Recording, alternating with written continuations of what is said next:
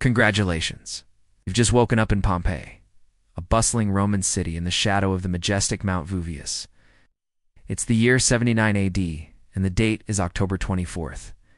The air carries a pleasant crispness of autumn. The streets are already coming alive with activity as the sun begins to paint the eastern sky with hues of gold and amber. The good news is you're in one of the most vibrant cities in the Roman Empire, a place where culture, commerce, and leisure blend together in a colorful tapestry of daily life. The bad news? Well, today isn't going to end quite as peacefully as its beginning. You find yourself in a modest but comfortable domus. You know, a Roman house near the center of the city. The home belongs to a middle-class merchant family. And as you step into the atrium, the central courtyard of the house, you notice the morning light streaming through the compluvium, an opening in the roof that allows sunshine and rainwater to enter. Below it sits the impluvium, a shallow pool that collects rainwater for household use. The early morning is surprisingly peaceful, but there's already movement in the house. Slaves are bustling about, preparing for the day ahead. One is sweeping the mosaic floor with careful practiced strokes, while another is filling clay lamps with olive oil for later use. You can smell freshly baked bread coming from the culinary, the kitchen, where a cook is preparing the morning meal. The pater familias, the head of the household, a middle-aged man named Marcus Lucretius, emerges from his cubiculum, his sleeping chamber. He's dressed in a simple tunic, as he hasn't yet donned his toga for public appearances. He nods to the slaves and makes his way to a small shrine in the corner of the atrium. This is the lararium where small statues of the household gods reside. Marcus lights a small incense stick and says a brief prayer for protection and prosperity. Another day of opportunity, he murmurs, unaware that his prayers for protection will be tested more severely than he could possibly imagine before the sun sets. You follow Marcus as he takes his morning meal in the tricenium, the dining room. Breakfast is simple: some bread, cheese, a few olives, and watered-down wine. Romans don't make a big fuss about breakfast, saving their appetites for the main meal later in the day. As Marcus eats, his wife Livia joins him, along with their two children, Quintus, a boy of 15, and Julia, a girl of 12. The family exchanges pleasantries, discussing plans for the day. Quintus will accompany his father to the forum to learn the family business, while Julia will stay with her mother to practice weaving and household management. The tremors kept me awake again last night, Livia mentions casually, breaking off a piece of bread. That's the fourth night this week, Marcus shrugs, seemingly unconcerned. The mountain always grumbles. Remember the big quake 17 years ago? We rebuilt then, and life continued. These small tremors are nothing to worry about, if only he knew. You step outside with Marcus and Quintus as they leave for the forum. The streets of Pompeii are already teeming with life. The city has awoken, and its pulse is strong and steady. Shopkeepers are opening their establishments, pushing back wooden shutters to reveal counters laden with goods. Street vendors call out, advertising fresh produce, hot food, and various wares. The streets themselves are fascinating to modernize. Large stepping stones cross the roadways at regular intervals, allowing pedestrians to cross without stepping into the street, which often contained animal waste and garbage. Wheeled traffic, mostly carts pulled by mules or oxen, has to navigate around these stones, their wheels fitting into the worn grooves between them. You notice the careful planning of the city with its grid-like street layout. Pompeii is remarkably advanced with an efficient water system, bringing fresh water to public fountains located throughout the city. You pass one such fountain where people are gathering with clay jugs to collect their daily water, chatting and exchanging the latest gossip. Did you feel the earth move again last night? One woman asks another. Yes, but my husband slept right through it, the other replies with a laugh. Says Vesuvius is just reminding us who's in charge. The mundane conversation continues as they fill their water vessels, completely unaware of what the mountain truly has in store for them today. Marcus and Quintus make their way to the forum, the beating heart of Pompeii. This large open plaza is surrounded by the most important buildings in the city: temples, government offices, and the basilica where legal matters are handled. The forum is already bustling with activity. Merchants haggle with customers. Politicians discuss matters of state, and ordinary citizens go about their business or simply enjoy the social atmosphere. its conical peak a constant presence in the lives of Pompeii's inhabitants. For generations, the volcano has been dormant, its fertile slopes covered with vineyards producing some of the finest wines in the empire. The people have grown comfortable in its shadow, never imagining the destructive power that lies dormant within. As the morning progresses, you follow various citizens through their daily routines, getting glimpses into different aspects of Pompeian life. A wealthy patrician woman visits the baths with her female slaves, partaking in the Roman bathing ritual, moving from the tepidarium warm room to the calarium hot room, and finally to the frigidarium cold room. The baths are more than just places of hygiene. They're social centers where women gossip, discuss politics, and forge business connections. "I've commissioned a new fresco for my garden wall," the patrician woman tells her companion as they relax in the tepidarium. "The artist is charging an absolute fortune, but my husband just made a killing in the wine trade, so let him complain." Elsewhere, you observe a group of men in a thermopolium, a kind of fast food establishment.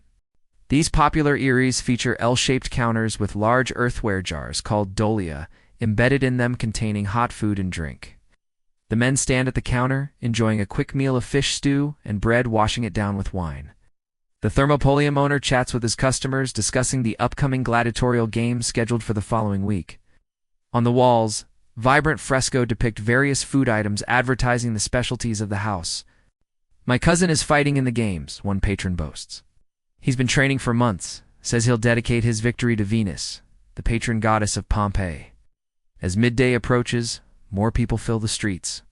Children play games with nuts and small stones, while stray dogs weave between pedestrians, hoping for scraps. The sounds of commerce, conversation, and life fill the air, hammering from carpenter shops, the calls of vendors' laughter. From taverns, and the occasional braying of a donkey, you return to the forum where Marcus is conducting business, trading in textiles imported from the eastern provinces of the empire. Quintus watches and learns, occasionally running errands for his father or delivering messages to business associates. The boy is eager and bright, clearly hoping to take over the family business one day. It's close to the 6th hour, around noon, by our modern reckoning, when the first sign of trouble appears. A slight tremor runs through the ground, causing cups to rattle on tables and hangings to sway from walls. Most people barely react. Minor earthquakes are common in the region, but this one is followed by another slightly stronger. A few people glance uneasily toward Mount Vuvius. For the first time, you notice something different about the mountain. A thin wisp of dark smoke rising from its peak. It's so subtle that most people don't even notice it yet. An old man with a weathered face points to the smoke. "The mountain is breathing heavily today," he remarks to no one in particular. There, a note of concern in his voice that was unpresent in the casual mentions of tremors earlier. Marcus notices it too and pauses in his business dealings. "Perhaps we should conclude our business quickly today," he says to his trading partner. "I want to check on my family," as if responding to the growing concern. A deeper rumble emanates from the mountain, and the ground trembles more noticeably. Now, people are starting to pay attention. Conversations stop, and heads turn toward Vuvius. The thin wisp of smoke has thickened and darkened. Something is definitely happening in the streets. The mood shifts. The casual bustle takes on an edge of uncertainty. Parents call their children closer, and merchants begin to secure their goods. No one is panicking yet. After all, the mountain has grumbled before. But there's a growing sense that something unusual is occurring. You follow Marcus and Quintus as they hurriedly make their way back home. The streets are becoming more crowded as others are also deciding to return to their families. The tremors continue increasing in frequency and strength.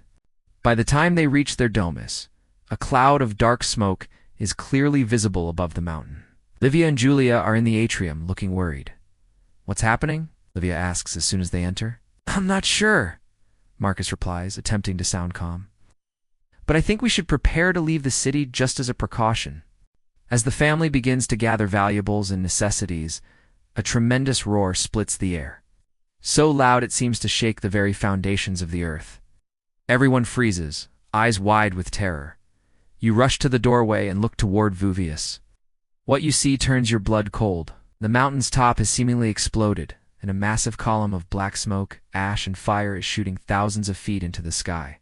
The column rises higher and higher, spreading at the top like a monstrous pine tree. As the family joins you at the door, their faces pale with fear. The first pieces of pumice, light, porous volcanic rock, begin to fall from the sky. They're small at first, no bigger than coins pattering on the roof like hail. "Grab only what you can carry," Marcus orders, his voice tight with urgency. "We need to leave now." The family rushes to gather their most precious possessions. A small chest of coins, jewelry, a few family heirlooms. The slaves are instructed to take essential supplies. Outside, the streets are filling with panicked citizens. The falling pumice is getting larger, some pieces the size of a fist causing injuries as they strike people. The sky, bright and blue just hours before, has darkened to an ominous gray-black, as if night has fallen at midday. Marcus leads his family toward the harbor, hoping to escape by sea. Thousands of others have the same idea, creating a terrifying crush of humanity flowing through the narrow streets. The air is becoming difficult to breathe, filled with ash and acrid fumes. "Cover your mouths with cloth." Marcus shouts over the din, tearing a piece from his tunic for Julia to use. The falling debris is getting heavier and more dangerous. Buildings are beginning to collapse under the weight accumulating on their roofs. The orderly streets have become obstacle courses of fallen masonry, abandoned possessions, and in some tragic cases, the bodies of those who have already succumbed, as you follow the desperate family through the choking darkness, witnessing the beginning of one of history's most famous natural disasters. You can't help but wonder how many will escape, and how many, like the city itself, will be frozen in time by the mountain's fury. The rhythmic falling of the pumice creates an almost hypnotic backdrop to the unfolding catastrophe. Tap, tap, tap on the stone streets. Crack, snap, rumble, as structures give way. And through it all, the distant continuous roar of the volcano, like some ancient god awakened from slumber and unleashing its wrath upon the mortal world. As Marcus and his family push through the panicked crowds toward the harbor, the blanket of ash grows thicker, the air harder to breathe. Once vibrant city is being slowly erased, covered in a shroud of gray that will preserve it for centuries to come. And as we leave the Lucretius family, fighting for their lives in the growing darkness, we're reminded of how quickly our world can change. How the ordinary day that began with breakfast and business can transform into a desperate struggle for survival. The people of Pompeii woke that morning never imagining they would become a time capsule for future generations. Their final moments preserved in ash, their daily lives frozen at the moment when Vuvius reclaimed the land in its shadow. The gentle patter of pumice continues like a soft rain that gradually builds in intensity. The family huddles closer together, their faces etched with fear, yet determined to survive. The harbor is still far, and the path grows more treacherous with each passing moment. But they press on, step by difficult step, into a future none of them could have imagined when they greeted the morning sun. The Lucretius family pushes forward through streets that grow more unrecognizable by the minute. The elegant city of Pompeii, with its orderly grid of streets and beautiful buildings, is transforming into a gray wasteland. Ash coats everything like a winter snowfall. But this is no gentle snowscape. This powder burns the lungs and stings the eyes. "Stay close," Marcus shouts over his shoulder, gripping Quintus by one hand and Livia by the other. Julia clutches her mother's hand, her young face, a mask of terror, partially hidden by the cloth covering her mouth and nose. Behind them follow two household slaves carrying bundles of essential supplies. The falling pumice has become a constant danger, the pieces growing larger. Some are now the size of small fruits, and they fall with enough force to cause serious injury. All around them, people are covering their heads with pillows, wooden boards, or anything else they can find to protect themselves from the bombardment. A man stumbles past, blood streaming from a wound on his forehead where a chunk of pumice struck him. The harbor is chaos, he warns, before continuing his flight in another direction. Better to head for the hills. Marcus hesitates, uncertainty clouding his face. The family has been making for the harbor, hoping to escape by sea, but now doubt creeps in. Is that still the best option? He looks around at the frightened faces of his family, their expressions barely visible in the unnatural twilight that has descended upon the city. "What should we do, Father?" Quintus asks, his voice steady despite the fear evident in his eyes. At 15, he's trying hard to show courage to be the man he's been raised to become. Before Marcus can answer, a tremendous crash sounds nearby as the roof of a shop collapses under the weight of accumulated pumice and ash. The ground shudders again. Another earthquake, one of dozens that have rippled through the city since the eruption began. Continue to the harbor. Marcus decides firmly. At least there we have a chance of getting away from the mountain. The family presses on through streets that grow increasingly difficult to navigate. The ash is now ankle-deep in places like treading through soft sand. Buildings that have stood for generations are beginning to fail, their roofs caving in, walls cracking from the repeated tremors, and the weight bearing down on them. You follow close behind the family, witnessing their struggle and that of countless others around them. The city's population flows like panicked rivers through the streets. Some toward the harbor, others toward the gates leading inland.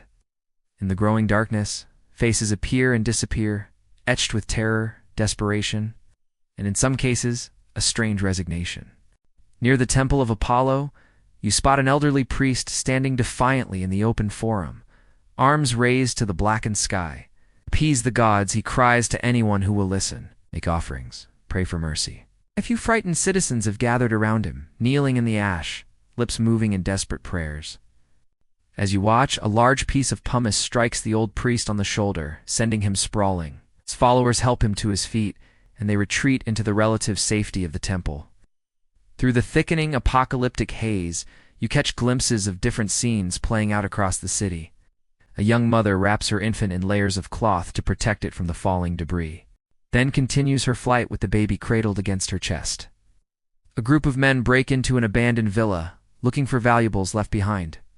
A dog runs frantically through the streets, barking and searching for its master. At the House of the Thorn, one of the largest and most luxurious homes in Pompeii, you see the wealthy owner directing his numerous slaves to carry chests of valuables. Quickly, he shouts, "To my ships! I have vessels waiting at the harbor." Meanwhile, the Lucretius family has reached the busy street of Via dell'Abbondanza. Normally the bustling commercial heart of Pompeii, now it's a corridor of fear, choked with fleeing citizens. The shops that line the street, bakeries, wineries, textile merchants, and food stalls stand abandoned, some with goods still displayed. Frozen moments of ordinary life interrupted by disaster.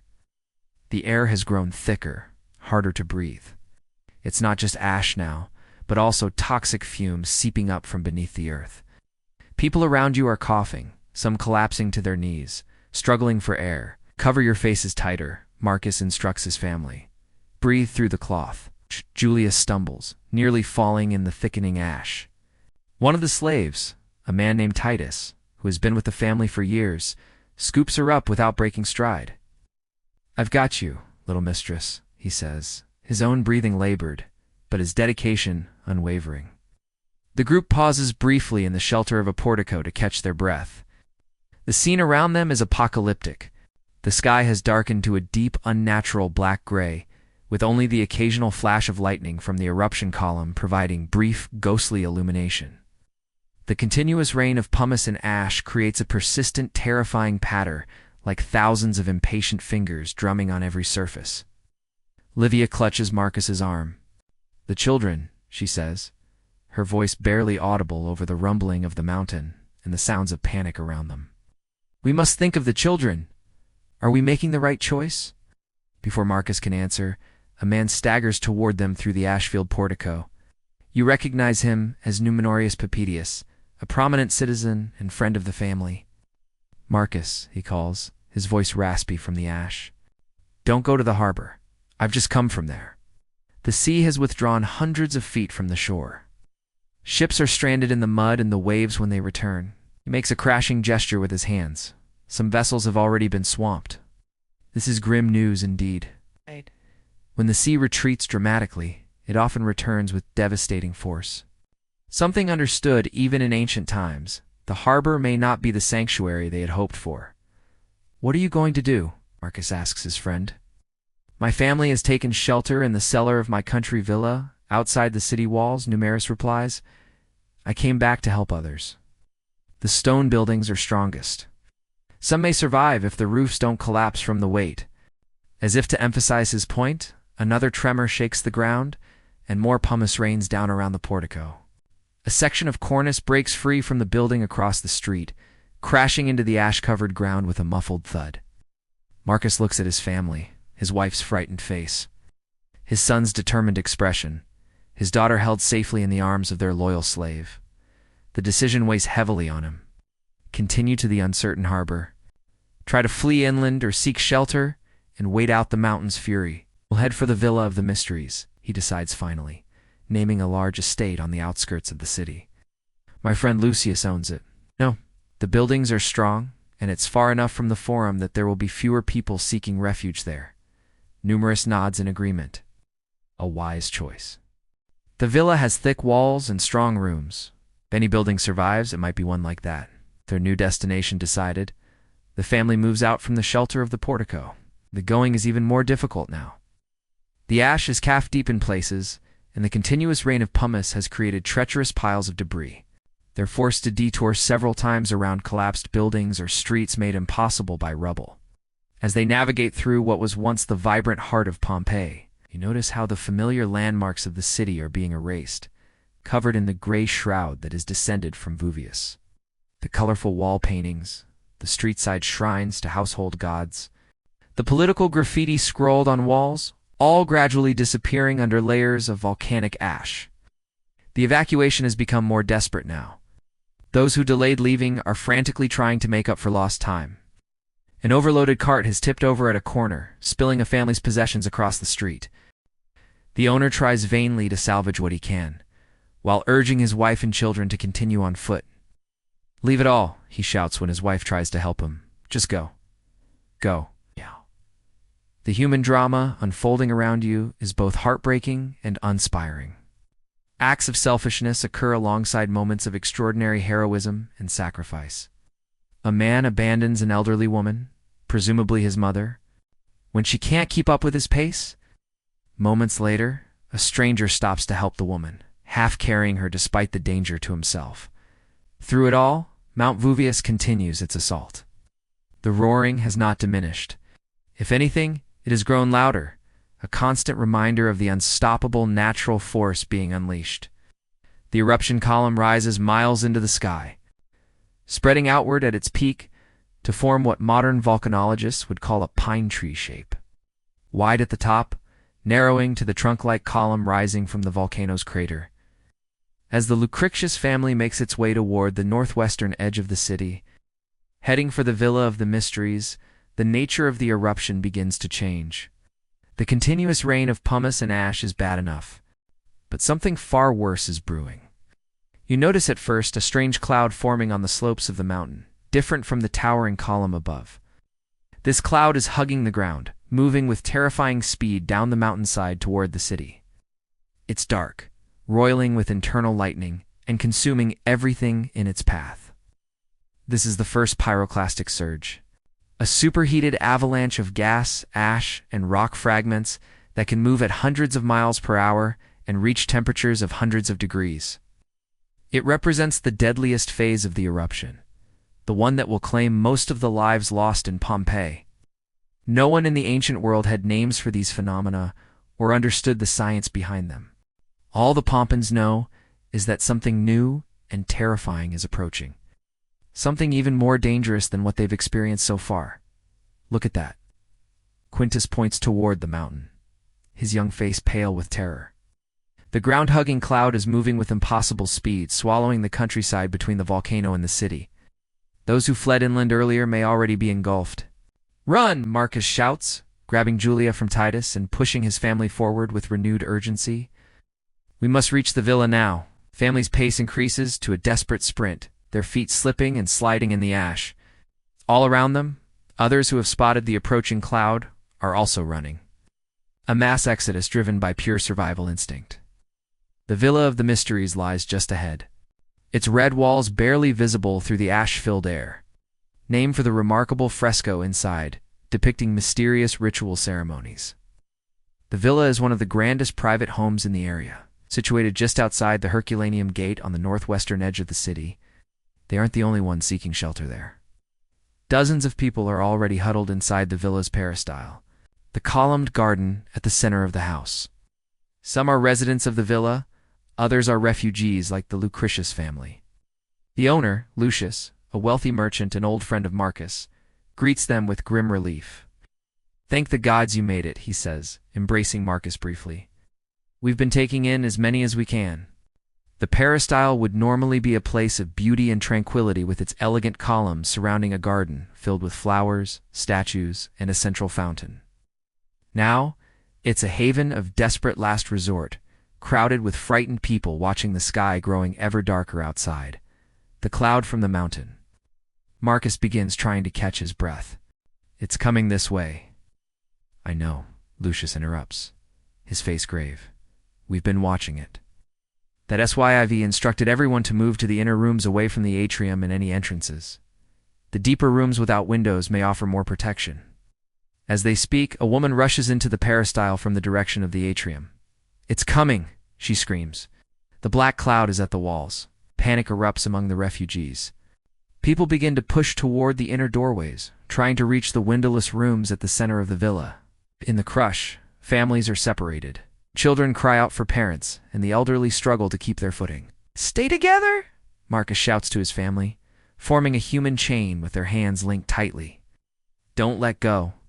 You follow them as they push through the panicked crowd, making their way toward a small, sturdy room that might have once been a storage area for wine or provisions. Its thick walls and lack of windows make it one of the safer places to shelter. The room is already crowded, but people squeeze tighter to make space for newcomers. Oil lamps provide flickering illumination, casting long shadows across frightened faces. The air is stale and increasingly difficult to breathe, filled with the exhalations of dozens of people and the ash that clings to their clothes and hair. Outside, the world has gone completely dark. Even the meager light that penetrated the ash cloud earlier has vanished. The sound of falling pumice on the villa's roof is now accompanied by a new noise. A deep rushing roar growing rapidly louder. "Get down!" someone shouts. "Cover your heads!" The Lucretius family huddles together in a corner of the room. Marcus wraps his arms around Livia and Julia while Quintus presses close to his father's side. The loyal slaves Titus and a woman named Drusilla crouch nearby. Their status distinctions temporarily forgotten in this moment of shared humanity facing death. "I love you all," Marcus says, his voice steady, despite the terror in his eyes. "Whatever happens, know that the rushing sound outside grows to a deafening roar." The walls of the villa begin to vibrate and dust shakes loose from the ceiling. People pray, weep, or sit in stunned silence. Some cover their ears against the terrible noise, while others embrace loved ones. And then it hits. The pyroclastic surge that will define Pompeii's fate. The superheated cloud of gas and ash envelops the villa, seeking entry through every crack and opening. The temperature outside rises to hundreds of degrees in an instant. Inside the windowless room, the temperature also begins to climb, though more slowly. The thick stone walls provide some insulation, but the air grows hotter by the second. Breathing becomes painful as the heated air scorches lungs. "Breathe through your tunics." Marcus gasps, pressing the fabric of his garment to his mouth. Shallow breaths. The heat continues to rise. Some of the weaker individuals, the very young, the elderly, those already weakened by the arduous evacuation, begin to lose consciousness. The room grows quieter except for labored breathing and occasional moans of distress. Julia slumps against her father, her small body going limp. "Julia," Livia cries out, shaking her daughter. The girl's eyes flutter, but don't open. She's just fainted from the heat. Marcus assures his wife, though uncertainty edges his voice. She'll be all right. But the pyroclastic surge outside shows no signs of abating. If anything, it grows more intense. The heat in the room rises to unbearable levels. One by one, people succumb to the heat, and toxic gases seeping in. Their bodies arranged in final postures of desperation, protection, or resignation. Marcus pulls his family closer, their bodies pressed together in one final embrace. "Close your eyes," he whispers. "Think of cool breezes from the sea. Think of spring flowers in the forum." Think of his voice trails off as consciousness begins to slip away from all of them. Loyal slaves Titus and Drusilla reach out to touch the family they served in life. All social boundaries erased in their final moments. Outside, the pyroclastic surge continues its deadly passage over Pompeii. sealing the fate of the city and most of its inhabitants. The ash and pumice continue to fall, burying structures and bodies, creating the time capsule that will preserve this moment for centuries to come. In their final moments, as consciousness fades, the Lucretius family and those around them have no idea that they will become a window into Roman life for future generations. They don't know that their city, their homes, their possessions, and tragically their bodies will be preserved in stunning detail. A snapshot of a vibrant civilization frozen at the moment of catastrophe. The pyroclastic surge passes, but others will follow. The eruption of Vesuvius will continue for many hours, perhaps days, adding layer upon layer of volcanic material to the shroud covering Pompeii. When it finally ends, the city will lie beneath meters of ash and pumice, entirely hidden from view. Its location, eventually forgotten, as new settlements are built nearby. The rushing sound fades, replaced by an eerie silence, broken only by the softer patter of falling ash. The first surge has passed, leaving destruction in its wake. In the room where the Lucretius family sought shelter, most have already perished from the intense heat and toxic gases. A few stronger individuals cling to life, but their fate is sealed by subsequent surges that will come in waves throughout the eruption. As life ebbs from the last survivors, the ash continues to fall, gently covering bodies, filling rooms, and smoothing over the contours of the once bustling city. It falls on the forum where merchants conducted business just hours before. It falls on the amphitheater where gladiators once fought to the cheers of thousands. It falls on the temples where prayers went unanswered, on the baths where citizens once socialized, on the bakeries where bread still sits in ovens never to be eaten. Pompeii is becoming a ghost city. Its streets empty except for the bodies of those who couldn't escape, now being gently covered by the volcanic shroud that will preserve them for millennia. The vibrant wall paintings, the graffiti, the mosaics, all are being sealed away, protected from the ravages of time by the very disaster that claimed so many lives. In the room where the Lucretius family made their last stand, the ash begins to filter in through cracks and openings, covering the huddled bodies. As the organic material of their bodies eventually decays, they will leave behind hollows in the hardened ash, human-shaped voids that centuries later archaeologists will fill with plaster to recreate their final moments. The loyal slave Titus still holding his little mistress Julia protectively. Livia and Marcus embracing their son Quintus pressed against them. Drusilla reaching out to touch the family she served. These postures of their final moments will be preserved. A heartbreaking tableau of a family facing death together. And so they remain as the hours turn to days, the days to years, the years to centuries. Pompeii slips from memory, its location lost to time. The eruption fades into legend. A cautionary tale passed down through generations. And all the while beneath the fertile soil that will eventually cover the ash, the city waits. Its streets, buildings, artifacts, and people perfectly preserved. A moment in history, frozen by Vesuvius's fury. The gentle rhythm of falling ash continues like a lullaby to the dead city. Layer upon layer, it builds up, creating the time capsule that will eventually reveal so much about Roman life. The mountain has reclaimed what stood in its shadow, and in doing so has paradoxically ensured that Pompeii and its people will never truly be forgotten. As the last ash settles and the mountain finally grows quiet, Pompeii enters a long sleep, waiting for the days centuries in the future when it will be rediscovered and its story, including that of the Lucretius family, will finally be told. As ash continues to fall over Pompeii, let's shift our gaze across the Bay of Naples to Misum, where a 17-year-old boy named Gaius Plinus Caecilius Secundus, known to history as Pliny the Younger, is witnessing the catastrophe from a distance. His account, written years later in letters to the historian Tacitus, will provide the only eyewitness record of the eruption to survive to modern times. Young Pliny is staying with his uncle, Pliny the Elder, who commands the Roman fleet stationed at Mistinum. The elder Pliny is not just a naval commander, but also a renowned natural philosopher and author, known for his curiosity about the natural world. It's early afternoon when Pliny's mother points to a strange cloud rising from the direction of Vesuvius. "Look," she says, gesturing toward the horizon. "What kind of cloud is that?" Pliny and his uncle step outside to observe the phenomenon. What they see is extraordinary, a cloud shaped unlike any they have ever witnessed before. Later, Pliny the Younger will describe it in his letter to Tacitus as resembling a pine tree more than any other tree. Like a very tall trunk, it rose high into the sky and then split into branches. This pine tree shape, a tall column spreading out at the top, is now recognized by volcanologists as the classic form of a Plinian eruption, named fittingly enough after Pliny the Elder, who was about to sail toward it. For a time, uncle and nephew simply observed the unusual cloud with scientific curiosity. They don't yet understand the danger it represents to the communities at the foot of the mountain. But as they watch, the cloud grows larger and darker, its true nature becoming more apparent.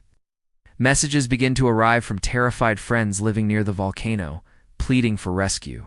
Pliny the Elder, driven by both his duty as naval commander and his scientific curiosity, decides to launch rescue ships to help evacuate people from the coastline nearest the eruption.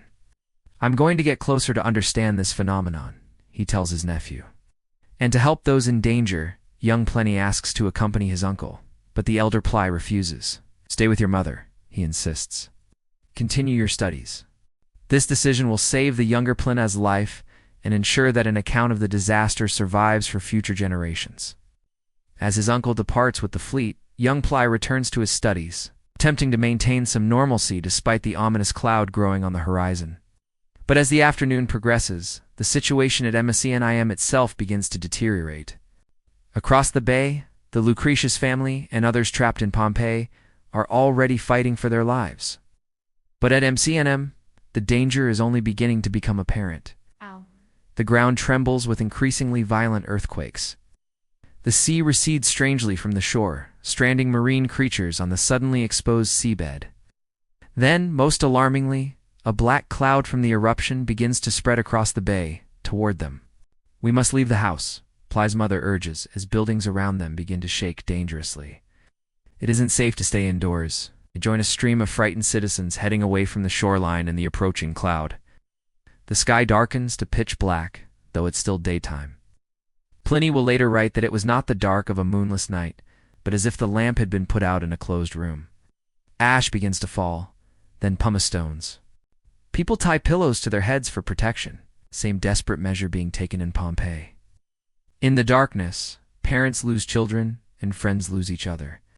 Cries of people searching for loved ones mix with prayers and lamentations. "Mother," young Ply says, taking her hand firmly, "whatever happens, we stay together."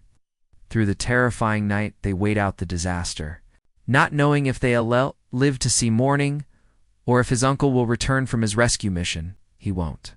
Pliny the Elder will die on the shores near Stabier, likely overcome by toxic fumes, while trying to help those fleeing by sea, while the younger Pliny and his mother survive their brush with death at MCNM.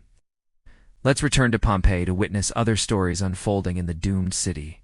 Near the great amphitheater in the southeastern part of the city, a gladiator named Celadus has been training when the eruption begins, known as the man the girls sigh, for according to graffiti found on Pompeii's walls.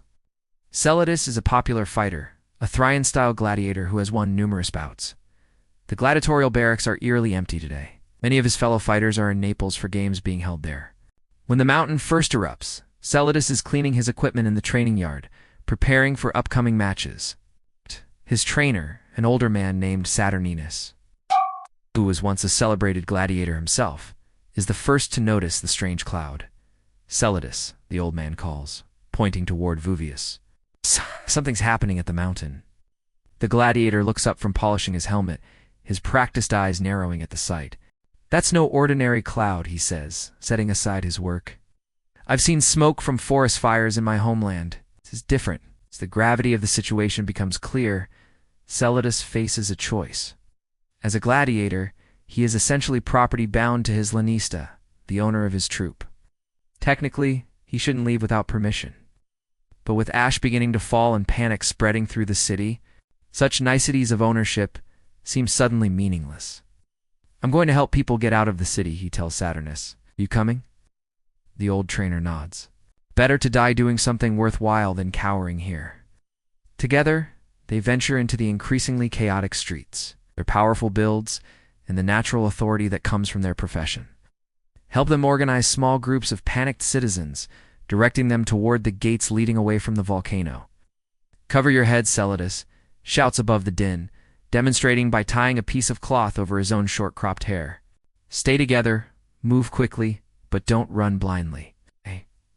For several hours, the gladiator and his trainer work tirelessly, helping the elderly who have fallen, carrying children whose parents are overburdened, and providing a sense of order amid the chaos.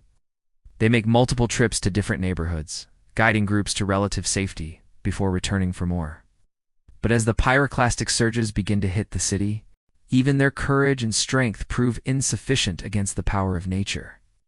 Caught in the open during one of their rescue efforts, they have nowhere to hide when the superheated cloud of gas and ash rolls down the streets. In their final moments, the gladiator and trainer stand their ground rather than flee, helping others into a sturdy building nearby. They are still ushering the last stragglers to shelter when the surge engulfs them, preserving them forever in poses not of combat, but of compassion. Elsewhere in the city, in the elegant house of the Vedi, two wealthy freedman brothers have a different experience of the disaster. Aulus and Numerius Vidas, former slaves who have built a successful business and risen to considerable prosperity, are known for their lavishly decorated home filled with beautiful fresco and artwork. When the eruption begins, the brothers are hosting a business meeting with several important clients in their opulent triclinium, the dining room where Romans typically conducted business while reclining on couches and enjoying fine food and wine. "It's probably nothing serious," Aulus assures his guests, as the first tremors shake the cups on the table. Vuvius often grumbles. But as ash begins to fall and the sky darkens, even the optimistic Aulus must acknowledge the danger.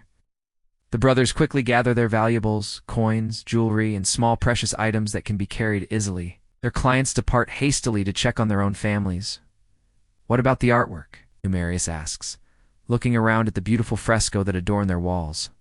"Scenes of cupids engaged in various trades that likely represent the brothers' business interests. We can't take the walls with us," Aulus responds pragmatically. "We'll acquire new art when we rebuild elsewhere." Unlike many Pompeians who delay their evacuation too long, the Vedi brothers act decisively. They gather their household slaves, about a dozen men and women who maintain their luxurious lifestyle, and prepare to leave the city. "You have served us well," Numerius addresses the assembled slaves. "Follow us now, and if we survive this calamity, I vow you will be rewarded for your loyalty." It's a moment that reveals much about Roman society. Even in this life-or-death situation, the social hierarchy remains intact. The slaves have no choice but to follow their masters, their fates tied inextricably to men who once were slaves themselves. The Vedi household sets out together, the brothers carrying their valuables, the slaves burdened with supplies and additional household treasures. They make for the Nosarian Gate, planning to head southeast away from the volcano. But the gods, it seems, have different plans for the household. As they make their way through the ash-filled streets, the roof of a nearby building collapses under the weight of accumulated pumice. Aulus is struck by falling debris and severely injured. The household is forced to take shelter in a nearby Phalonica, a laundry workshop with thick walls. There, as Numerius tends to his brother's wounds, the first pyroclastic surge finds them. The intense heat passes through the building despite its sturdy construction. Masters and slaves perish together, their bodies eventually creating the hollow impressions in the ash that future archaeologists will discover and preserve with plaster casts. Their final tableau reveals much about human relationships in their society. Numerius cradling his injured brother, slaves gathered around, one woman holding a child. In death, the barriers between them seem less significant than the shared humanity of their final moments. Let's turn our attention now to one of the most unique features of Pompeii's destruction: the preservation of the mundane, everyday aspects of Roman life frozen in time by the disaster. In a modest thermopolium, an ancient fast food establishment on the corner of Via dell'Abbondanza and the Vicano dei Mercanti, the proprietor Vitucius Placidus is reluctant to abandon his livelihood when the eruption begins. As others flee past his shop, he continues to serve hot food and drinks from the large earthenware jars embedded in his L-shaped counter. It will pass, he tells a customer who suggests he close up shop and evacuate, and when it does, people will be hungry and thirsty. That's good business. Vitucius continues working as ash begins to accumulate in the street outside. His wife pleads with him to leave, but he's stubborn. Just a little longer, he insists. People need hot food on a day like this. Business actually improves for a time as refugees from neighborhoods closer to the volcano stop for sustenance before continuing their journey. Vitucius serves them all, accepting coins and filling cups with watered wine and bowls with simple stews kept warm in his counter jars. But as conditions worsen and fewer customers appear, even Vitucius must acknowledge the danger. He finally begins closing his shop, securing what valuables he can in a small chest, the day's earnings, and some family jewelry. His wife has already packed a bundle of clothes and household necessities. They are about to leave when several people rush into the thermopolium, seeking shelter from the increasingly heavy fall of pumice. Among them is a pregnant woman, clearly exhausted and struggling to continue. "Please," she gasps. "I need to rest just for a moment." Vitucius's wife, Astia, helps the woman to a bench. "Of course," she says, glaring at her husband to silence any objection. "Sit here. Catch your breath." That moment of compassion seals their fate. The delay proves costly as they wait for the pregnant woman to recover enough to continue. By the time they're ready to leave, the fall of pumice and ash has become too dangerous to venture outside. They are forced to remain in the thermopolium, hoping the sturdy building will protect them. When archaeologists excavate this site centuries later, they will find their bodies in the back room of the shop, along with the shop's strongbox containing 683 coins, the day's earnings never spent. The pregnant woman will be among them, her unborn child forever unborn. Their story, the reluctant shopkeeper, his compassionate wife. The exhausted mother-to-be represents the thousands of individual tragedies that make up the larger disaster. Each person caught in the eruption had plans, hopes, and a future they imagined, all cut short by the mountain's fury. As night falls on the first day of the eruption, most of those who managed to escape have already fled. Those who remain in Pompeii are primarily those who delayed too long or sought shelter rather than evacuation. The pyroclastic surges that sweep through the city throughout the evening claim most of these lives. By morning, on October 25th, many parts of Pompeii lie under several feet of ash and pumice. Buildings have collapsed, streets are impassable, and most of the population has either escaped or perished. But the mountain is not yet finished with the city. Throughout this second day, additional surges sweep down from Vesuvius, some reaching as far as Misenum, where Pliny the Younger continues to wait out the disaster. These surges add more layers to the burial of Pompeii, Herculaneum, and other settlements around the volcano's base. One of the most remarkable aspects of the disaster is how different areas are affected in different ways. Pompeii, lying to the southeast of the volcano, is primarily buried in pumice and ash that falls from the sky. Herculaneum to the west is hit more directly by pyroclastic flows that bury it in a harder, more cement-like material, up to 75 feet deep in places. This difference in burial material leads to different types of preservation. In Pompeii, the ash creates molds around bodies as they decompose, leaving hollow spaces that archaeologists will later fill with plaster to recreate the victim's final poses. In Herculaneum, the flesh is essentially carbonized, preserving even details like facial expressions and clothing. The eruption continues for approximately 18 to 20 hours in total. Though smaller emissions and earthquakes persist for days afterward, when it finally ends, Pompeii has vanished from the landscape, buried under approximately 20 feet of volcanic material. The region is unrecognizable. Where a thriving city once stood, there is now only a gray, lifeless plain. The coastline has been extended as volcanic material fills in part of the bay. Rivers have been diverted, valleys filled, and hills created where none existed before. Those who survived the disaster, perhaps as many as half of Pompeii's population who evacuated early enough, could uneven identify where their city once stood. The landmarks are gone, the geography altered. Many refugees make their way to Naples or other cities, carrying nothing but the clothes on their backs and whatever small valuables they managed to take with them. Emperor Titus, who has been ruling for just 2 months when the disaster occurs, orders relief efforts for the region. He appoints a committee of senators to organize aid and even contributes funds from his personal treasury to help the refugees. He will later visit the area himself to assess the damage. But Pompeii is not rebuilt. Unlike other Roman cities destroyed by disaster and then restored, Pompeii and Herculaneum are abandoned entirely. The layer of volcanic material covering them is simply too deep, the destruction too complete to make reconstruction practical. Over time, even the memory of exactly where these cities stood begins to fade. New settlements arise in the region, built upon the new landscape created by the eruption. Farmers plow fields above the buried city, occasionally turning up artifacts, but not recognizing their significance. For nearly 1,700 years, Pompeii sleeps beneath its ashen blanket, a time capsule preserving a single day in the life of a Roman city. The people frozen in their final moments, the buildings with their vivid artwork, the streets with their wheel ruts and stepping stones, the shops with goods still on shelves all wait in darkness for the day they will be rediscovered and their story told again. The rhythm of falling ash has long since ceased, replaced by the subtle shifting of earth as it settles over centuries. The mountain that claimed so many lives returns to dormancy, though it will awaken again many times throughout history. The landscape heals, green plants growing from the fertile volcanic soil. Nature reclaims what was briefly a wasteland. And so Pompeii rests, its streets silent, its people stilled, its daily life interrupted mid-moment.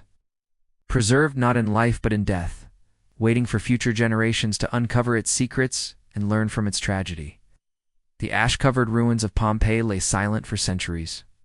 The once bustling streets now still and hidden from the world above, the memory of the city faded, its exact location forgotten as generations passed. Farmers tilled the fertile volcanic soil that covered the ancient ruins, unaware of the extraordinary time capsule that lay beneath their feet. Occasionally, someone might dig a well or plow a field and encounter a peculiar stone or artifact, but these discoveries were dismissed as curiosities, their true significance overlooked. Nearly 17 centuries passed in this way. The Roman Empire rose and fell. Nations were born and transformed. The world changed in countless ways that the citizens of Pompeii could never have imagined. All the while their city waited, preserved in its moment of tragedy, untouched by time. The rediscovery of Pompeii began not with a grand expedition, but through a series of accidents and coincidences. In 1592, an architect named Domenico Fontana was digging a canal to divert the Sarno River when he uncovered ancient walls and inscriptions. But he simply noted these findings and continued his work, not realizing their importance. The true rediscovery would wait until 1738, when workers digging the foundations for a summer palace for the King of Naples. Charles of Bourbon struck something unusual ancient, marble and bronze statues of remarkable craftsmanship. The king, intrigued by these findings, ordered more excavations in the area. Initially, these excavations were not what we would consider proper archaeology today. They were more like treasure hunts, with workers instructed to find valuable objects that could decorate the king's palaces or be added to his collection. Little attention was paid to the context of these discoveries or to less spectacular findings that might have revealed more about daily life. The excavators didn't even know which city they had found. At first, they believed they were excavating Stabia, another town destroyed by Vesuvius. It wasn't until 1763 that an inscription was discovered, clearly identifying the site as Pompeii. Meanwhile, nearby Herculaneum had been discovered in 1709. Through a similar accident, when a farmer digging a well found theatrical marble works. Let's imagine one of these early excavations through the eyes of a young worker named Paolo, hired to dig at the site in the 1740s. Paolo wipes sweat from his brow, as he carefully scrapes away at the compacted ash with his trowel. He's been working at the excavation site for 3 months now, one of dozens of laborers employed by the king to uncover whatever treasures might lie beneath the ground at the foot of Mount Vesuvius. Careful with that, barks the overseer, a stern man named Alcabir, who supervises the dig on behalf of the king. Anything valuable you damage comes out of your pay. Paolo nods and continues his work more cautiously. Yesterday they uncovered part of what appears to be a large building with columns. Today, they're clearing the interior, and Paolo has been assigned to excavate what seems to be a room with colorful paintings on the walls. As he scrapes away more ash, something catches his eye, a glint of metal. His heart quickens. Finding valuable objects means a bonus, and his family could certainly use the extra money. Carefully, he exposes more of the object, revealing an exquisitely crafted bronze lamp in the shape of a shoe. "I found something, sir," he calls to the overseer, who hurries over with several other officials. The lamp is quickly documented in a basic notebook. Its location noted, and a simple sketch made before it's removed from the site to join other treasures destined for the king's collection. Paolo feels a momentary pang of regret as it's taken away. There's something poignant about removing these objects from where they've rested for so long, disconnecting them from their original context. Back to work, the overseer commands. There's more to find. And indeed there is. So the room Paolo is excavating turns out to be remarkably well preserved, with vibrant frescoes depicting mythological scenes covering the walls. The officials are excited by this discovery, but they are primarily interested in whether the paintings can be cut from the walls and transported to the royal collection, not in understanding the room's purpose or the lives of those who once used it. Now, this approach, prioritizing beautiful objects over archaeological context, characterized the early excavations at Pompeii. Many artifacts were removed with little documentation, and entire sections of the city were excavated haphazardly, with workers tunneling through structures and often causing damage. Despite these limitations, word of the discovery spread throughout Europe, capturing the imagination of scholars, artists, and wealthy travelers. Pompeii became an essential stop on the Grand Tour, an educational journey undertaken by young European aristocrats. These visitors often took souvenirs, further depleting the site of its artifacts.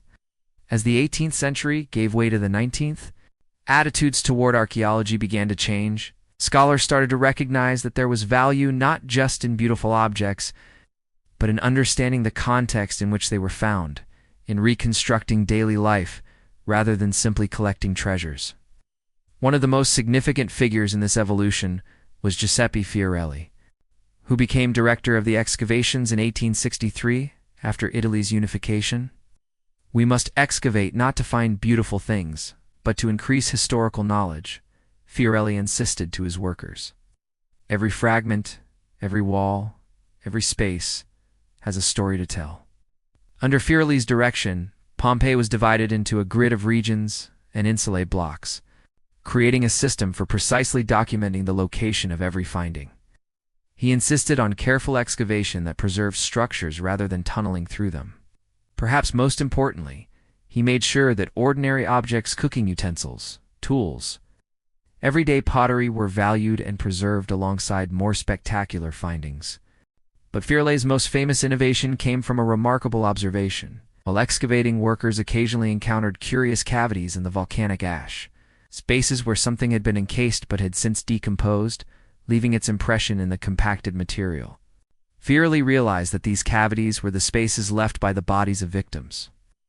Over centuries, the soft tissues had decayed, but the hardened ash had retained the exact shape of their bodies at the moment of death.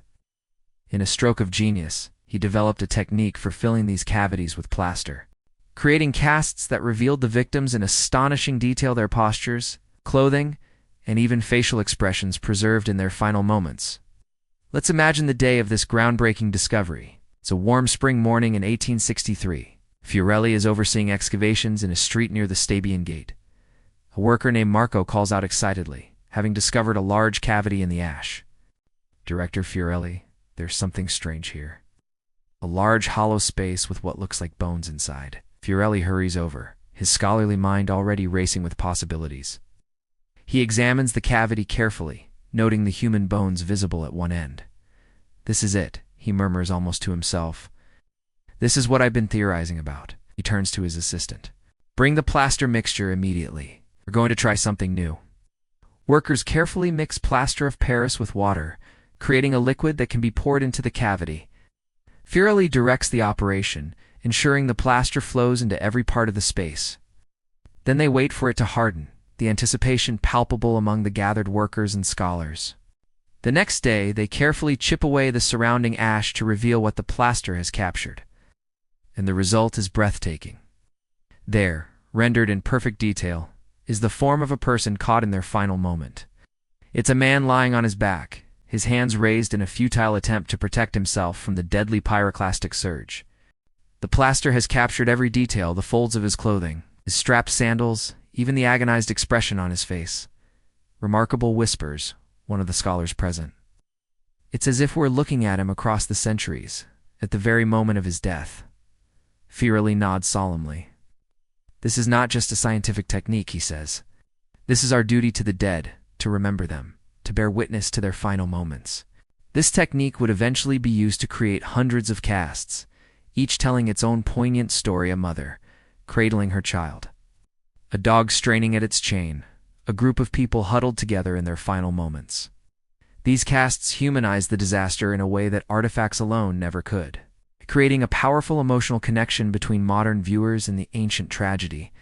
As the excavations continued through the late 19th and into the 20th century, more and more of Pompeii was uncovered, revealing a remarkably complete picture of Roman urban life. Ordinary homes, shops, public buildings, streets, water systems, graffiti, all preserved as if frozen in time. One particularly remarkable discovery came in the form of carbonized food items, bread loaves still in ovens, fruits in bowls, and even complete meals that had been on tables when the eruption began. These findings provided unprecedented insight into the Roman diet and food preparation methods. The House of the Vet, which we visited earlier in our story, was excavated in the 1890s, revealing some of the most beautiful and well-preserved frescoes in all of Pompeii.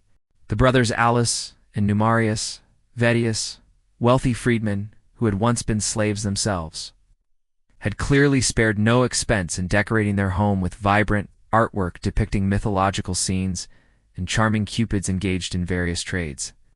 Nearby, archaeologists discovered the plaster casts that may well have been the Vette brothers and their household, confirming the story we imagined of their final moments together. The Thermopolium of Vetutius Placidus was excavated in the early 20th century, revealing the L-shaped counter with its embedded storage jars, just as we described it. In the back room, they found the strongbox containing 683 coins, the day's earnings that Vetutius never had a chance to spend.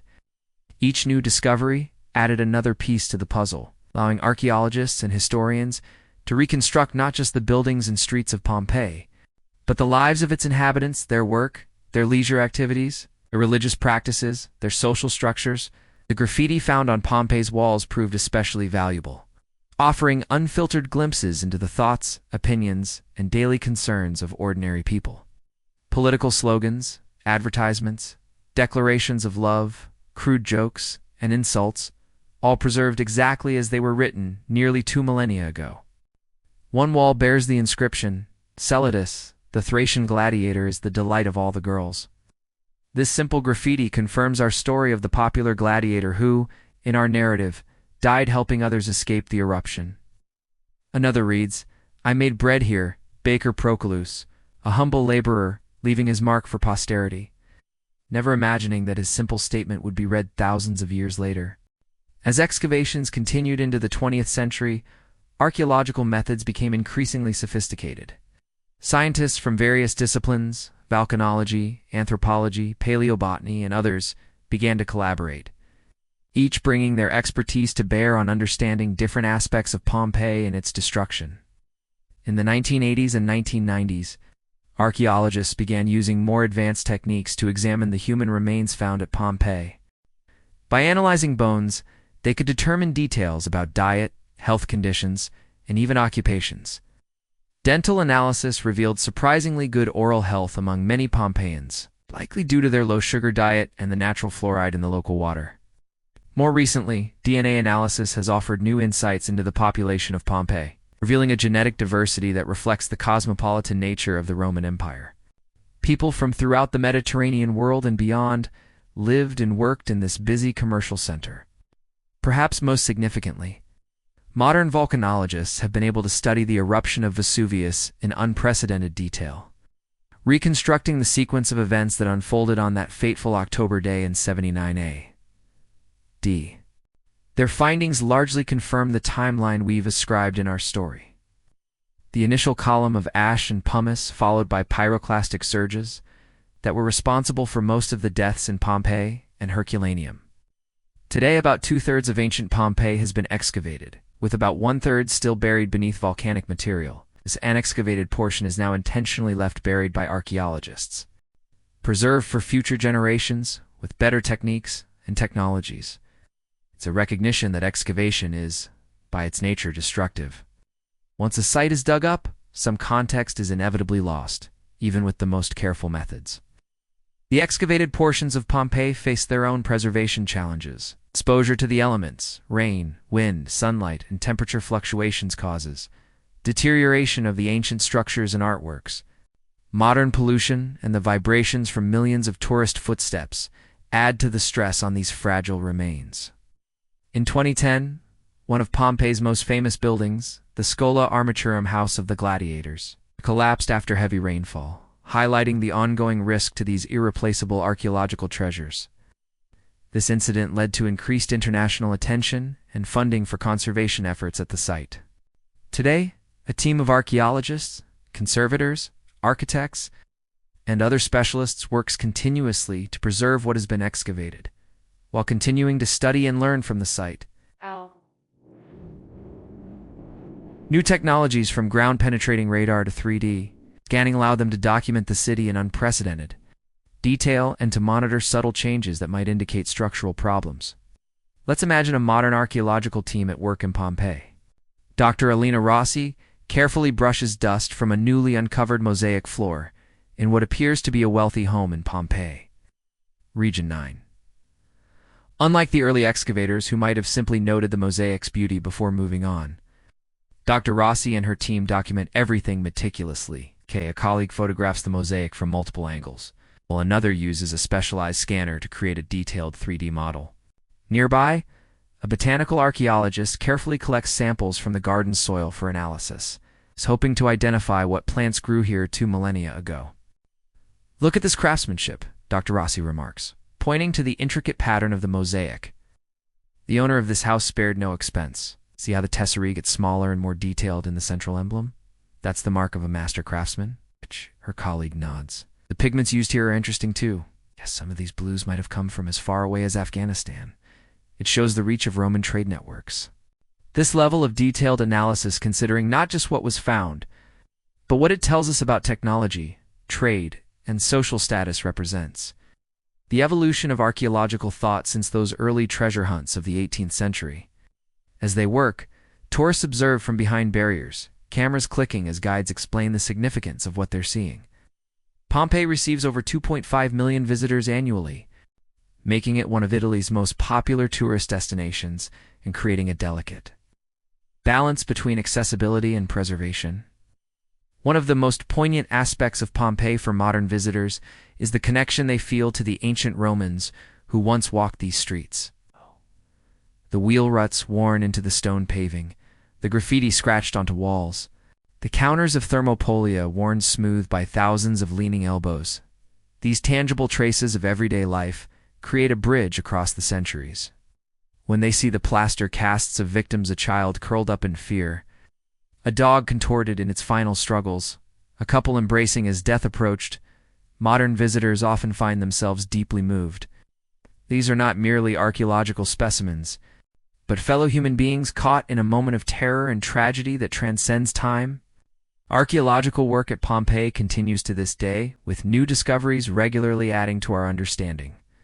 In 2020, archaeologists uncovered a remarkably well-preserved thermopolium, complete with decorated food containers, the remains of duck, goat, pig, and fish.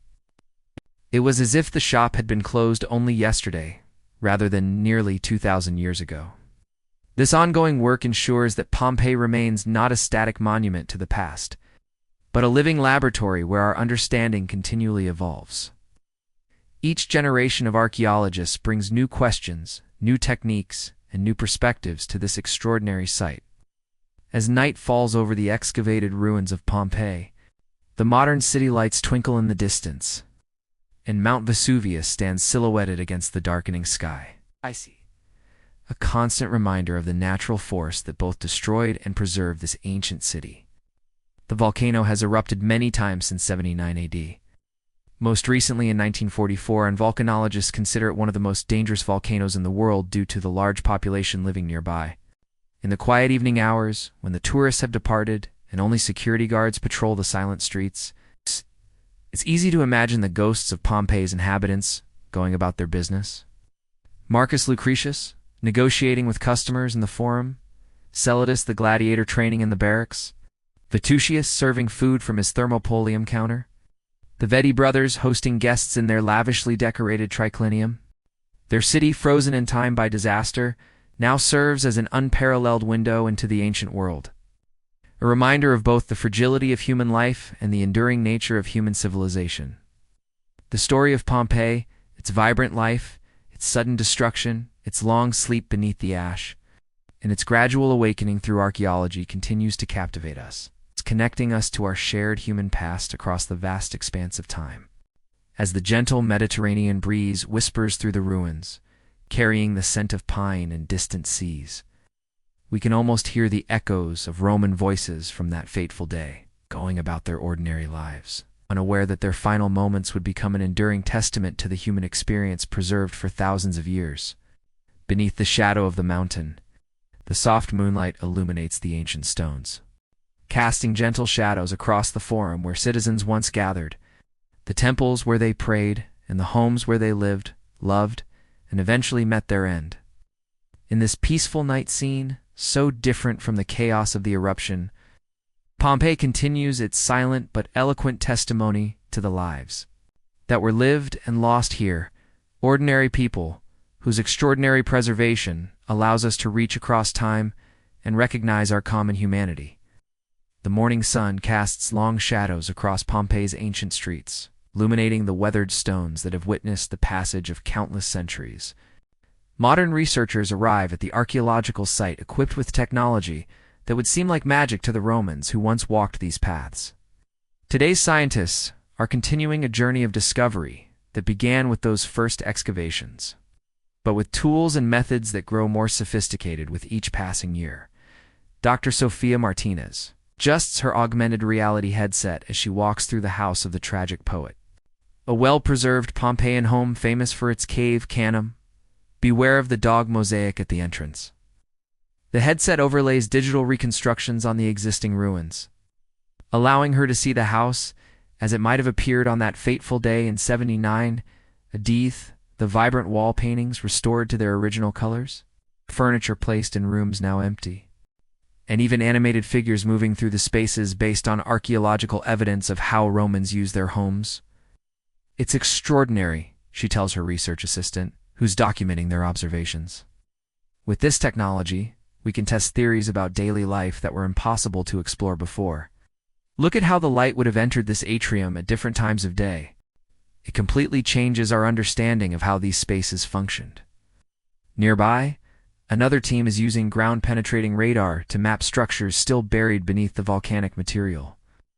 Unlike earlier generations, who had to excavate to discover what lay beneath, these scientists can create detailed images of buried buildings without disturbing a single stone, preserving them for future researchers with even better techniques.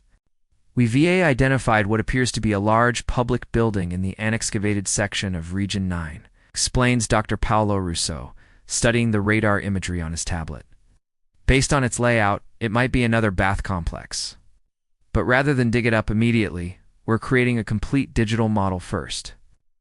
Future archaeologists will thank us for our restraint. This approach represents a profound shift in archaeological philosophy, where early excavators raced to uncover as much as possible as quickly as possible. Modern researchers often choose to leave discoveries buried, protected from exposure to the elements, pollution, and tourism until they can be properly preserved. In the laboratory section of Pompeii's Research Center, other specialists apply equally advanced techniques to artifacts and human remains. A bioarchaeologist examines the teeth from a cast of a young woman, using isotope analysis to determine where she grew up based on the chemical signature of the water she drank as a child. She wasn't born in Pompeii, the scientist notes with interest. The isotope patterns suggest she grew up in North Africa, perhaps Alexandria. It is another piece of evidence showing how diverse and cosmopolitan this city was. True crossroads of the Roman Empire. Nearby, a paleobotanist studies carbonized food remains from a recently excavated kitchen, identifying the exact species of plants that were being prepared for a meal never eaten. The analysis reveals not just what Pompeians ate, but their agricultural practices, trade connections, and even social status based on the types of food available to different households. In another lab, a team uses advanced imaging techniques to read carbonized scrolls from the Villa of the Papyri in neighboring Herculaneum texts that were thought to be lost forever, too fragile to unroll physically without destroying them. The villa contained what was essentially a private library, with hundreds of philosophical texts that offer unprecedented insight into intellectual life in the Roman world. We're revealing words that no human eye has seen in nearly 2,000 years, whispers a researcher as text begins to appear on her screen.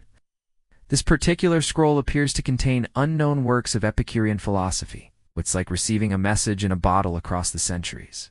These modern scientific approaches, from DNA analysis to 3D modeling to spectroscopic techniques for analyzing pigments and materials, are revolutionizing our understanding of Pompeii and its inhabitants.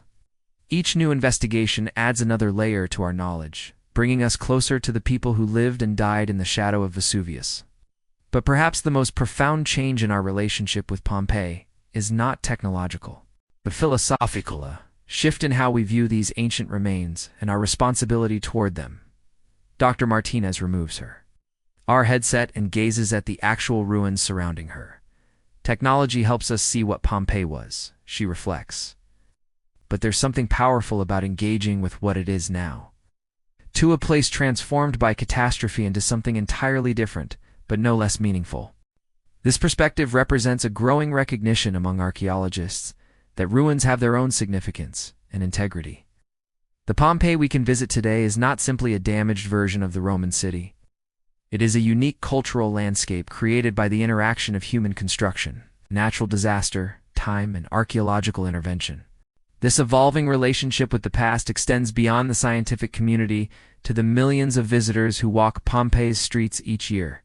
For them, the city offers something rare in our modern world, a place where time seems to collapse, where the distance between us and our ancestors becomes momentarily negligible.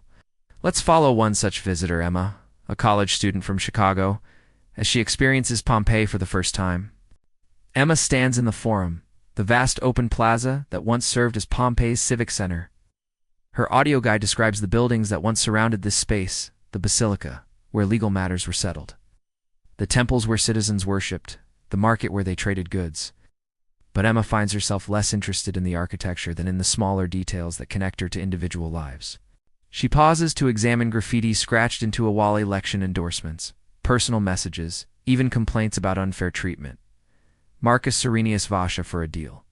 A good man, the poor man's friend, reads one political slogan. Emma smiles, thinking how little political advertising has changed in 2 millennia. Moving through the city, she steps into a thermopolium, an ancient fast food establishment with its counters still intact. She can easily imagine weary shoppers stopping for a quick meal, workers grabbing lunch during a busy day, friends meeting for drinks and conversation, not so different from how she and her friends might meet at a cafe between classes. It's when she reaches the Garden of the Fugitives that the human tragedy of Pompeii truly strikes her. Here, in a glass-covered area, are the plaster casts of 13 people who sought refuge from the eruption in a garden surrounded by walls. They lie as they fell, men, women, and children caught in their final moments. One figure has his hands raised to his face, perhaps trying to protect himself from the lethal gases. A small child lies close to an adult, likely a parent, trying to provide comfort even in death. Emma stands in silence, unexpectedly moved by these strangers who died nearly 2,000 years ago. They are no longer abstract historical figures, but real people who feared and suffered and hoped just as she would in their situation. In that moment, the centuries between them seem to vanish. This emotional connection to the past is one of Pompeii's most powerful gifts to the modern world. The city's unique preservation allows us to see ancient Romans not as remote historical abstractions, but as people remarkably similar to ourselves, people who wrote graffiti, who enjoyed street food, who worried about politics and money, who loved their families.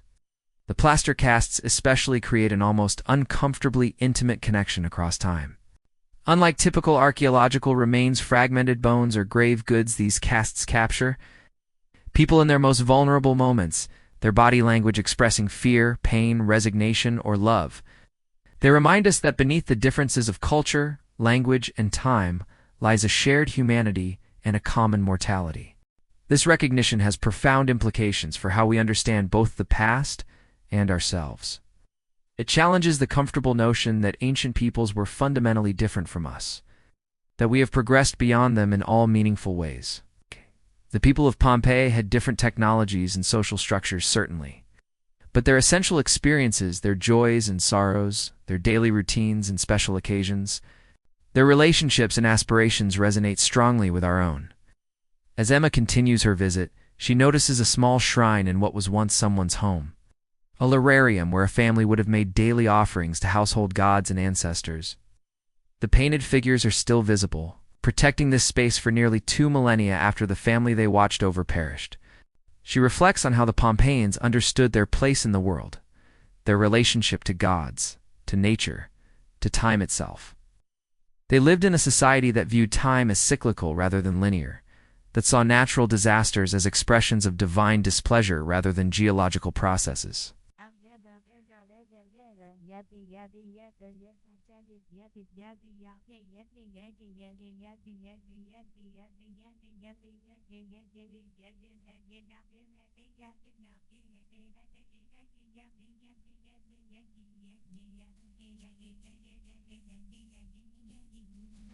So, I'm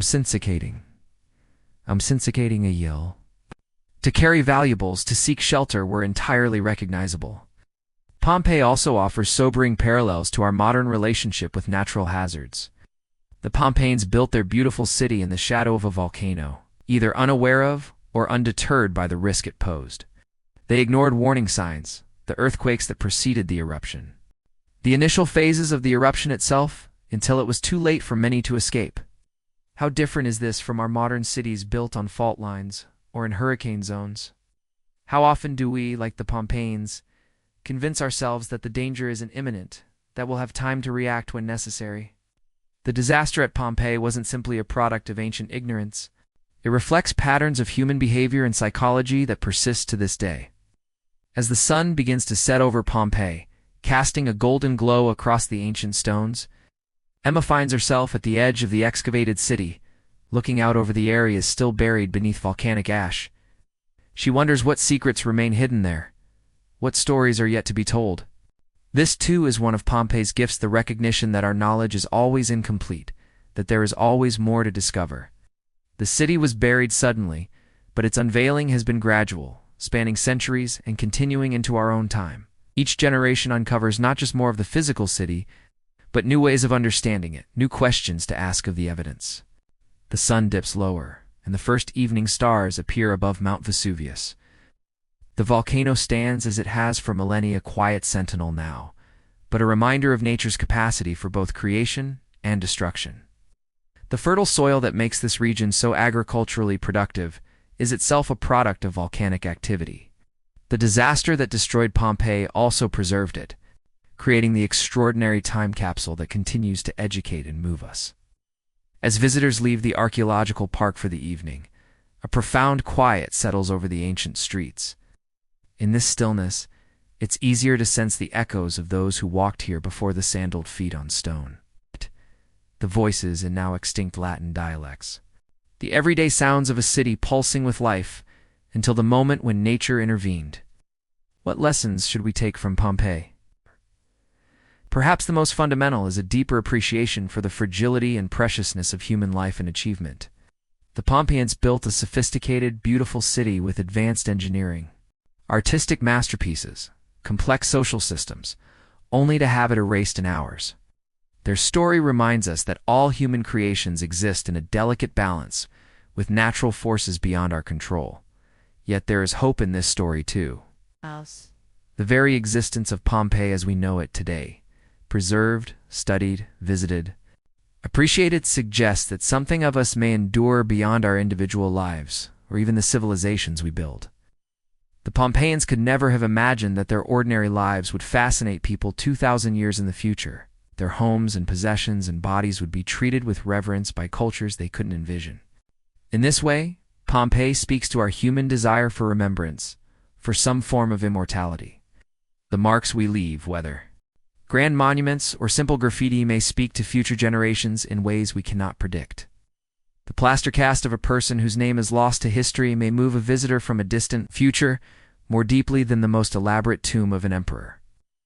As night fully descends on Pompeii, The ancient city rests in darkness as it did for centuries beneath its blanket of ash, but it no longer rests in obscurity. Its streets have been walked again, its stories told anew, its people remembered. What was lost has been in some measure found. What was silent speaks again. The cycle of day and night continues as it has since long before Pompeii was built, and will continue long after our own civilizations have transformed into something unrecognizable to us. The rhythm of human life, birth and death, creation and destruction. Forgetting and remembering plays out against the backdrop of geological time, where the lifespan of cities and empires is but a moment. In the quiet darkness of Pompeii at night, this perspective brings not despair, but a strange comfort. We are part of something larger than ourselves, a human story that stretches backward and forward in time, connecting us to those who came before and those who will follow. The Pompeians were not so different from us. Oh. And perhaps those who study our remains in some distant future will find the same to be true. Tomorrow, the sun will rise again over Pompeii. Archaeologists will continue their careful work of preservation and discovery. Visitors will walk the ancient streets, forming their own connections to the past. And perhaps somewhere a child will hear the story of the city frozen in time and be inspired to become an archaeologist, historian, or storyteller, continuing the chain of remembrance that keeps Pompeii and its people alive in our collective imagination. The story of Pompeii, of life interrupted, of ordinary moments made extraordinary through preservation, human vulnerability and resilience, reminds us to appreciate the beauty and fragility of our own daily existence. Else, like the Pompeians on the morning of October 24th, 79 AD, we cannot know what tomorrow may bring. We can only live our days with purpose and meaning, tending our gardens, creating our art, loving our families, building our communities, leaving traces that may, in ways we cannot imagine, speak to the future. As our journey through Pompeii comes to a close, we leave the ancient city to its quiet slumber under the stars. The streets that once echoed with Roman voices now whisper with memories. The homes that once sheltered families now shelter history. The lives that were suddenly cut short have in a different way been extended far beyond what their owners could have imagined, teaching us, moving us, connecting us across the vast expanse of time. And as we drift towards sleep ourselves, let's carry with us the gentle reminder that Pompeii offers to appreciate each ordinary day, to recognize our kinship with those who came before us, and to find meaning in the knowledge that though individual lives may be brief, humanity's story continues, linking past, present, and future in an unbroken chain of shared experience. The ancient Romans had a saying, "Memento mori," remember that you will die. But Pompeii adds a complementary truth. Remember also that something of us remains, that the small moments of our lives may speak to future generations in ways we cannot predict. This is perhaps Pompeii's most profound gift, not just a window into the past, but a mirror that reflects our own humanity back to us, encouraging us to consider what traces we will leave behind. What stories will be told of us when our own chapter in history's book has closed?